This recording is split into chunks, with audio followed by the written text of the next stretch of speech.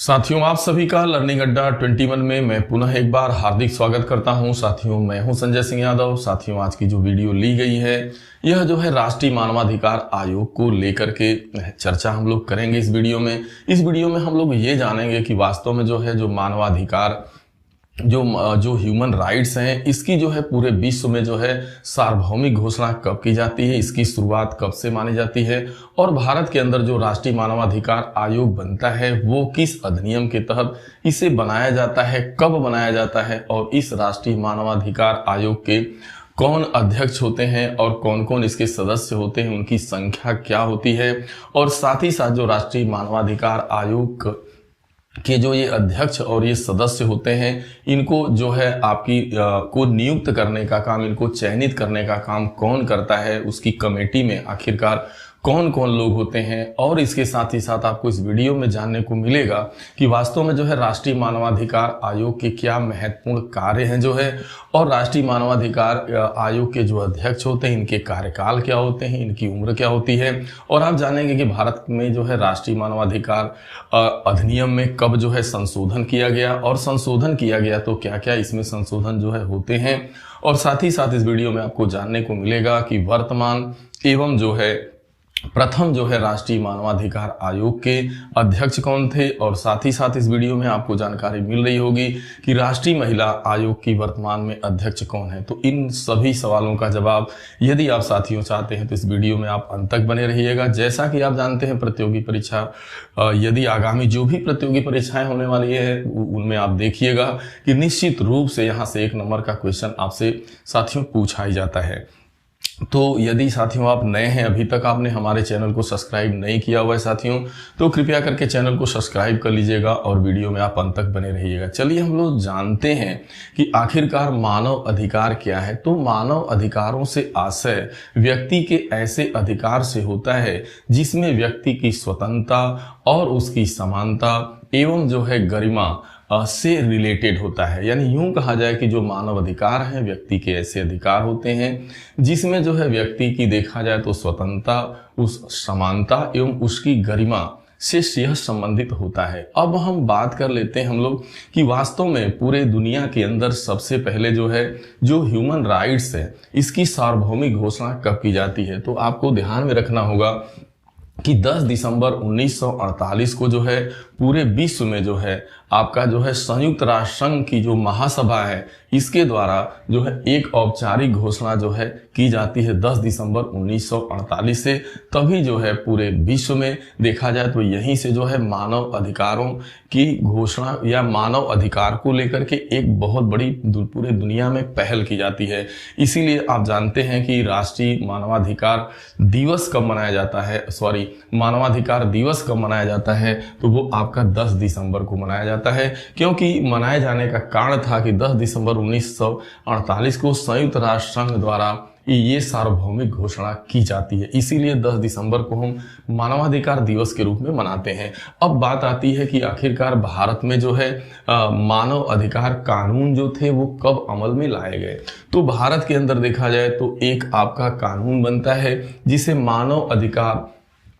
मानव अधिकार संरक्षण अधिनियम 1993 के नाम से जाना जाता है। यानी भारत में मानव संरक्षण अधिनियम 1993 में बना और जो है आपका 28 सितंबर 1993 को अमल में लाया गया। अब जैसे ही 28 सितंबर 1993 को मानव अधिकार कानून अमल में लाया गया, उसी के जस्ट बाद जो है 12 अक्टूबर 1993 को सरकार ने जो है राष्ट्रीय मानवाधिकार आयोग के गठन का जो है प्रस्ताव रखा। यानी इसका कहने का मतलब गठन किया गया।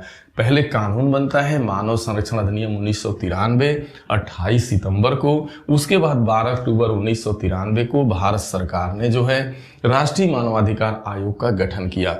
अब बात आती है कि आखिरकार राष्ट्रीय मानवाधिकार आयोग के कुछ हम लोग यहाँ चर्चा कर लेते हैं कि आखिरकार इसके प्रमुख कार्य क्या हैं। तो यदि आप बात करते हैं, एक चीज और ध्यान में रखना है कि यह जो राष्ट्रीय मानवाधिकार आयोग का गठन किया गया, यह केंद्र ही नहीं बल्कि भारत के सभी राज्यों में मानव अधिकार स्थापना का प्रावधान करता है।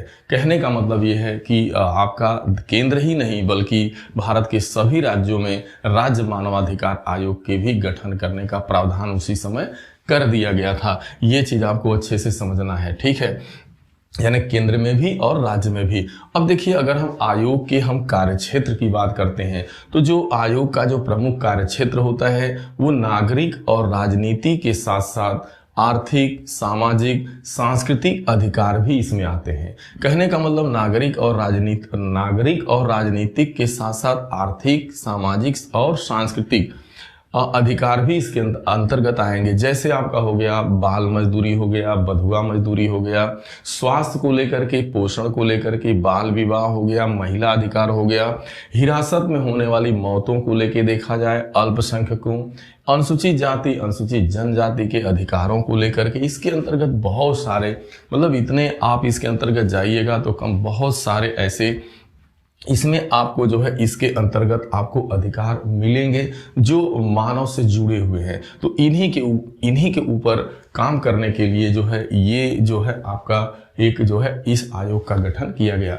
अब चलिए हम लोग बात कर लेते हैं कि आखिरकार इस आयोग में जो है मतलब क्या क्या होता है। तो देखा जाए तो इस आयोग में अगर पूरे कुल सदस्यों की संख्या देखा जाए तो 5 होती है, जिसमें आपके देखा जाए तो 1 आपके अध्यक्ष होते हैं, 4 आपके अन्य सदस्य होते हैं। तो देखिए, जो राष्ट्रीय मानवाधिकार आयोग का जो एक अध्यक्ष होगा वह कौन होगा, यानी उसकी कहने का मतलब योग्यता क्या होगी, तो वह होता है उच्चतम न्यायालय का, यानी सुप्रीम कोर्ट का, उच्चतम न्यायालय का सेवानिवृत्त जो है मुख्य न्यायाधीश होना चाहिए। यानी जो राष्ट्रीय मानवाधिकार आयोग के जो अध्यक्ष होते हैं वे जो है उच्चतम न्यायालय के मुख्य न्यायाधीश होने चाहिए, सेवानिवृत्त मुख्य न्यायाधीश होना चाहिए। दूसरा जो है 2 अन्य न्यायाधीश भी होते हैं। तो जो एक अध्यक्ष हो गए, 4 सदस्य बचे, जिसमें जो है आपके 2 जो है अन्य न्यायाधीश भी होते हैं। जो पहला सदस्य होता है वह उच्चतम न्यायालय का न्यायाधीश रहा हो या आपका है।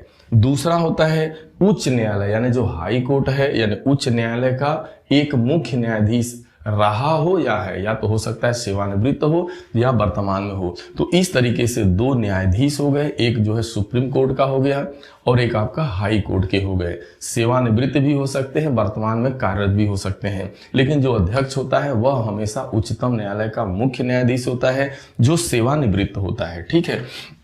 अब बच गए 2 अन्य सदस्य। तो 2 अन्य सदस्य जो आपके होते हैं राष्ट्रीय मानवाधिकार आयोग में, वो कौन होते हैं? वो होते हैं ह्यूमन राइट्स के, कहने का मतलब ह्यूमन राइट्स के विद्वान, यानी उसके जो है जानकार या उसका कार्यानुभव रखने वाला। तो 2 मानव अधिकारों का कार्यानुभव रखने वाले 2 व्यक्तियों को सदस्य के रूप में चुना जाता है। लेकिन यहाँ पर एक संशोधन होता है।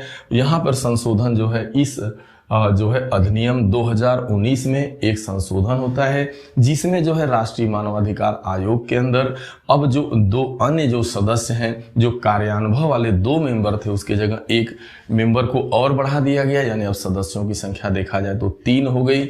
और वो कौन है? इसमें एक महिला का होना अनिवार्य कर दिया गया जो ह्यूमन राइट्स की जानकार हो, कहने का मतलब ह्यूमन राइट्स का कार्यानुभव रखने वाली हो, ठीक है।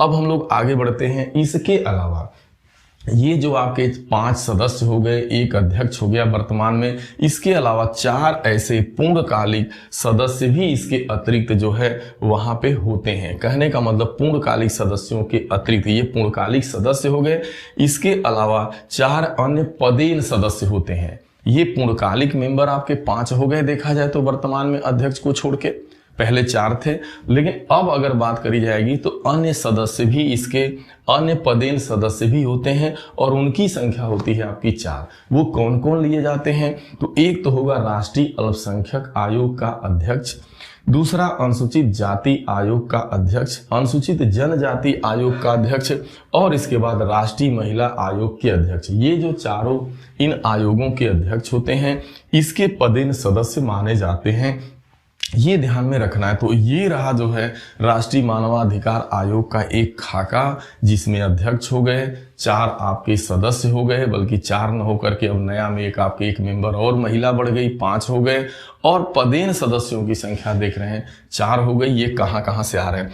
अब बात आती है कि आखिरकार जो ये मानवाधिकार आयोग है, इसका गठन तो ये है गठन, लेकिन इनकी कैसे नियुक्ति की जाती है, यानी अब इनका नियुक्ति कौन करेगा और किस तरीके की कमेटी बनाई गई है। तो देखिए, आयोग ध्यान में रखना है कि आयोग के अध्यक्ष व अन्य सदस्यों की नियुक्ति जो होती है वो राष्ट्रपति द्वारा की जाती है। पहली बात तो राष्ट्रपति द्वारा की जाती है, लेकिन प्रधानमंत्री के नेतृत्व में गठित 6 सदस्यीय समिति की सिफारिश पर होता है। यानी प्रधानमंत्री द्वारा 6 सदस्यों की एक समिति का गठन किया जाता है। इसकी सिफारिश पर जो है इनके अध्यक्षों एवं अन्य सदस्यों की नियुक्ति राष्ट्रपति द्वारा की जाती है। नियुक्ति राष्ट्रपति करेगा, लेकिन 6 सदस्यों की प्रधानमंत्री द्वारा जो एक कमेटी बनाई जाएगी प्रधानमंत्री सहित, उसके जो है कहने का मतलब उनकी सिफारिश के आधार पर ही होगा। अब कमेटी में कौन होता है भाई? कमेटी में जो देश का प्रधानमंत्री होता है वह अध्यक्ष माना जाता है। उसके बाद लोकसभा के अध्यक्ष हो गए, आपके गृह मंत्री हो गए दूसरे, तीसरे लोकसभा के विपक्ष दल का नेता, राज्यसभा के विपक्ष दल का नेता और राज्य के उपसभापति, ये सभी जो है इस कमेटी में होते हैं। इसके अतिरिक्त भारत के मुख्य न्यायाधीश के परामर्श के बिना नियुक्ति नहीं की जा सकेगी। यानी वर्तमान में जो भारत के चीफ जस्टिस होंगे उनके परामर्श के बगैर ये नियुक्ति नहीं की जा सकती। तो ये रही 6 सदस्यों की कमेटी, और आपके मुख्य न्यायाधीश के परामर्श की इसमें जरूरत पड़ती है। नियुक्ति आपका करेगा राष्ट्रपति, और जो है कमेटी के अंतर्गत प्रधानमंत्री सहित 6 मेंबर होते हैं। यही लोग जो है राष्ट्रीय मानवाधिकार के आयोग के अध्यक्ष एवं अन्य सदस्यों की नियुक्ति करते हैं। ये चीज क्लियर हुआ। अब हम लोग जब आगे की तरफ बढ़ते हैं तो हमें ये ध्यान में रखना होगा कि आखिरकार जो देखिए जो मानव अधिकार अधिनियम जो 1993 में भारत में बनता है, 1912 अक्टूबर देखिए 28 सितंबर 1993 को जो है आपने देखा कि मानव अधिकार संरक्षण अधिनियम जो है आपका बना। लेकिन इसमें संशोधन होता है। तो आपका संशोधन कब होता है? 2006 में मानव अधिकार संशोधन, यानी मानव अधिकार संशोधन अधिनियम आपका 2006 में इसमें संशोधन किया जाता है। संशोधन में क्या हुआ? बहुत सारी चीजें हुई, लेकिन मैं इसमें 2 प्रमुख बातें बस आपको बताऊंगा। एक इसमें यह हुआ कि जो राज्य मानवाधिकार आयोग का गठन किया जाएगा, जो हर राज्यों के अंदर राज्य मानवाधिकार आयोग बनाया जाएगा, उसमें पहले सदस्यों की संख्या 5 हुआ करती थी, अब उसे घटा करके 3 कर दिया गया। अब इसके बाद देखेंगे आप आगे कि राष्ट्रीय मानव अधिकार संरक्षण को राज्य सरकार, देखिए जो राष्ट्रीय मानवाधिकार संरक्षण जो आयोग होगा उसको राज्य सरकार को बिना सूचना दिए उसे किसी भी बंदी गृह में जाने का, यानी बंदी गृह में जो है जाने का अधिकार हो गया कि विदाउट राज्य सरकार के परमिशन के जो राष्ट्रीय मानवाधिकार आयोग होगा वो भारत के अंदर किसी भी जो है बंदी गृह में जो है जा सकता है। तो ये बहुत सारे इसमें अन्य भी संशोधन हुए हैं, लेकिन मैंने यहाँ बस 2 प्रमुख संशोधनों को लिख पाया है। अब बात आती है कुछ महत्वपूर्ण क्वेश्चन की जो आपके लेटेस्ट होंगे, यानी आपसे निश्चित रूप से इन्हें पूछा जाना ही जाना है। वो ये है कि राष्ट्रीय मानवाधिकार आयोग के आपके प्रथम अध्यक्ष किसे बनाया गया था, जब कहने का मतलब राष्ट्रीय मानवाधिकार आयोग का गठन किया गया। तो वो है आपके न्यायमूर्ति रंगनाथ मिश्र। न्यायमूर्ति रंगनाथ मिश्र जो है ये आपके प्रथम अध्यक्ष थे राष्ट्रीय मानवाधिकार आयोग के। अब बात आती है दूसरी जो है कि वर्तमान में, ये ध्यान में रखना है वर्तमान राष्ट्रीय मानवाधिकार आयोग के अध्यक्ष कौन है? तो ये हैं आपके अरुण कुमार मिश्रा। अब ये देखा जाए तो आपके 8वें हैं, यानी 8वें वर्तमान राष्ट्रीय मानवाधिकार आयोग के अध्यक्ष कौन है? अरुण कुमार मिश्रा। ये बिल्कुल ध्यान में रखना है। आगे है वर्तमान राष्ट्रीय महिला आयोग की अध्यक्षा कौन है, यानी कौन इस समय अध्यक्ष है? तो वो है आपकी रेखा शर्मा, ये आपकी नवी है। अब थोड़ी बात करते हैं कि जो हर राज्यों में राज्य मानवाधिकार आयोग बना है, तो उसी तरीके से उत्तर प्रदेश में भी राज्य मानवाधिकार आयोग का गठन किया गया है। तो इस समय उत्तर प्रदेश राज्य मानवाधिकार आयोग के वर्तमान अध्यक्ष कौन है? तो ये नाम आएगा, तो आपको याद रखना है जस्टिस आपके BK नारायण है। कौन है? Justice BK Narayan. वर्तमान में जो है उत्तर प्रदेश राज्य जो है आपके राज्य मानवाधिकार आयोग के आपके अध्यक्ष हैं। तो साथियों ये वीडियो आपको कैसा लगा? मैं उम्मीद करता हूं कि ये वीडियो आपको जरूर अच्छा लगा होगा और आप बड़े आराम से जो है इन सारी चीज़ों को समझ पाए होंगे कि वास्तव में जो है राष्ट्रीय मानवाधिकार आयोग क्या है, इसका गठन कैसे, मतलब ये सारी चीज़ें इससे रिलेटेड आपको एक संपूर्ण जो है फिगर आपके दिमाग में बन गया होगा। और जब भी कभी ऐसे इस टाइप का क्वेश्चन इसके अंतर्गत से ही पूछा जाता है, रिलेटेड ही पूछा जाता है, तो आप ऐसे क्वेश्चन का जवाब साथियों आप दे पाएँ। तो साथियों यदि वीडियो अच्छा लगा हो तो साथियों इसमें अपना आप कमेंट जरूर दीजिएगा, आप जो है लाइक करिएगा।